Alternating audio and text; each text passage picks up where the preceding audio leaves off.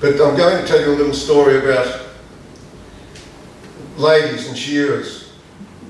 I suppose it's fairly legendary that shearers can be somewhat robust in their language at times.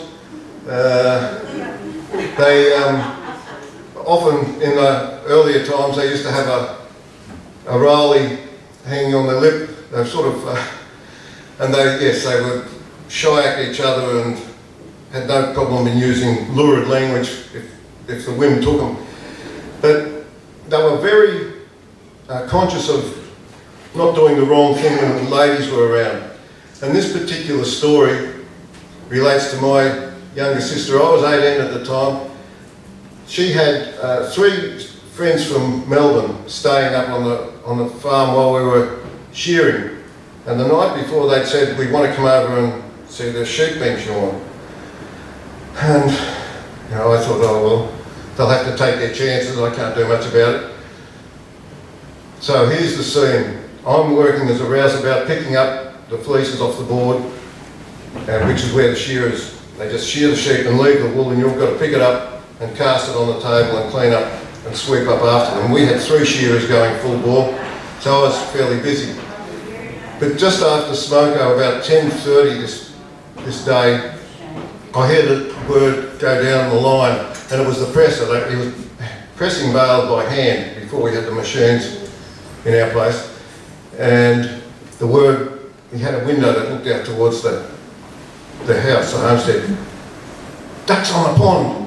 And I'd never heard it. I didn't know what it was about, and I thought, everything just sort of, the whole shed just sort of changed, some sense of, they just slowed down a bit. Everything went a bit quieter, and they just got straight into the shearing. And I looked out the window, and sure enough, here's these 4 16-year-old girls dressed up in their pastel, they looked like angels walking across this red plain. I thought, oh, this will be interesting. Anyway, Henry Lawson wrote a poem that summarised it perfectly, and I'm just going to do an excerpt from it today, but it was exactly my experience of how the reaction was in the shed. The ladies are coming, the super said to the shearers sweltering there.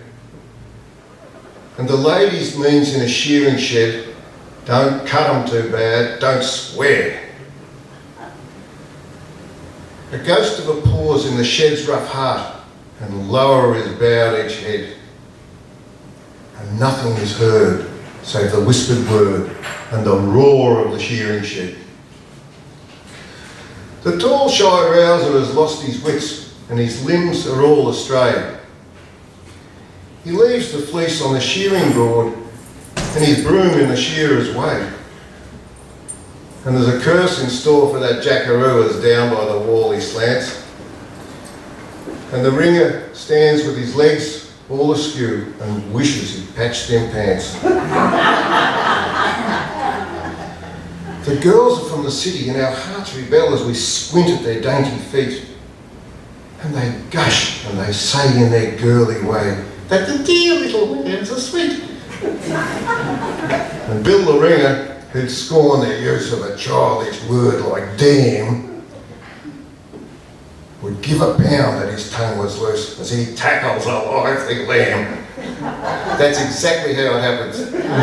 Henry got it spot on.